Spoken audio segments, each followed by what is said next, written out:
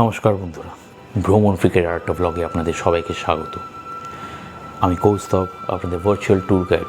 আজকে একটা অন্যরকম অভিজ্ঞতা আপনাদের উপহার দিতে চলেছি। প্রত্যেক বাঙালির কাছে প্রথম ভ্রমণ শব্দ শুনলে প্রথমে মামার বাড়ির কথাই মনে আসে। তাই আজ আমি আপনাদের আমার মামার বাড়ি কুচবিহার এবং আমাদের গ্রামের বাড়ি মোয়ামারি গ্রামের কিছু ক্লিপিং শেয়ার করছি এবং তার সাথে কিছু গল্প। আমাদের এই গ্রাম মোয়ামারি গ্রামের গল্প বলার আগে যেটা বলতেই হয় সেটা হলো মহাকাল এবং মহামায়ের এই মন্দির স্থাপন এবং তার পিছনের গল্প।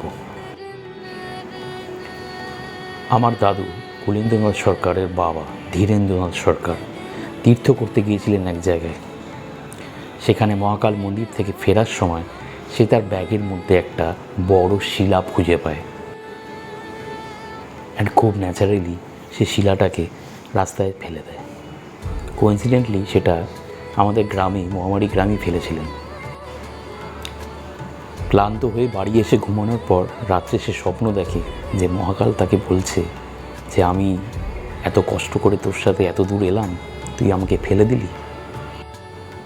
এবং তাকে স্বপ্নাদেশ দেয় যে যেই স্থানে তুই এই শিলা ফেলেছিস সেইখানে তুই এই মন্দির স্থাপন করবি, যার একদিকে মহাকাল এবং একদিকে মহামায়া থাকবে। প্রত্যেক বছর বৈশাখ মাসে শিব প্রতিষ্ঠার দিনে পুজো হয় এবং পুরো গ্রামের সব লোক এক জায়গায় এসে জড়ো হয়। দূর দূর থেকে পরিবারের সকল সদস্যই পুজো অ্যাটেন্ড করতে আসে এবং এই গ্রামে থাকা হয় এবং পুজোর আয়োজন সব কাজ একসাথে করা হয়।